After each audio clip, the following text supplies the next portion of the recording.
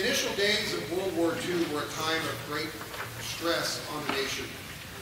General George Marshall remarked that the losses the submarines off our Atlantic seaboard and in the Caribbean now threaten the entire war effort. At the request of the oil industry, the Civil Air Patrol was asked by the Army to start anti-submarine coastal patrols off the Atlantic and Gulf coasts after 52 tankers were sunk between January and March of 1942.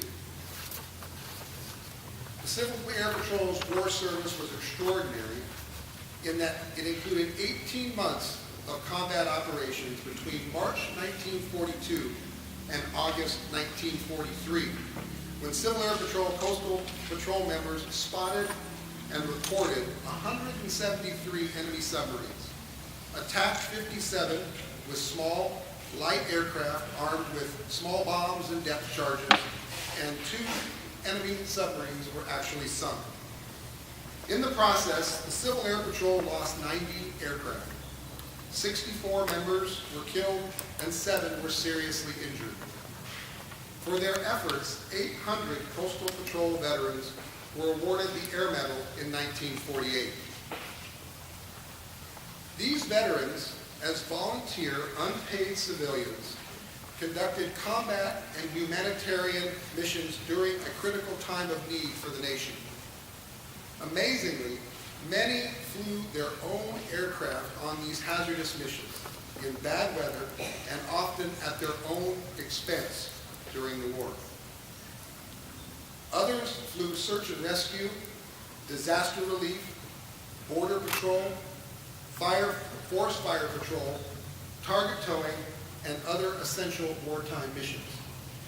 Still more members managed hundreds of airports and trained aviators for future service in the Civil Air Patrol and the military. Cadet members both trained and served in the military as well as their communities during the war, and many assisted with critical missions on the home front.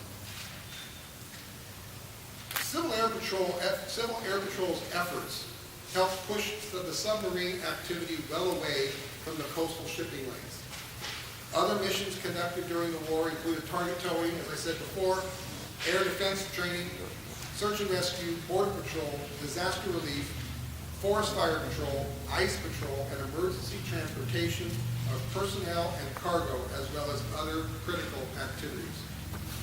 During the war, 60,000 adult Civil Air Patrol members participated in the program. Civil Air Patrol members were never recognized for their wartime service and did not receive the promised veterans benefits.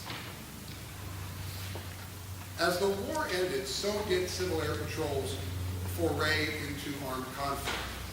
Shortly after the war, the Civil Air Patrol's role changed, and after becoming the official auxiliary to the United States Air Force, they began pursuing their 3 congressionally chartered missions of emergency services, cadet programs, and aerospace education.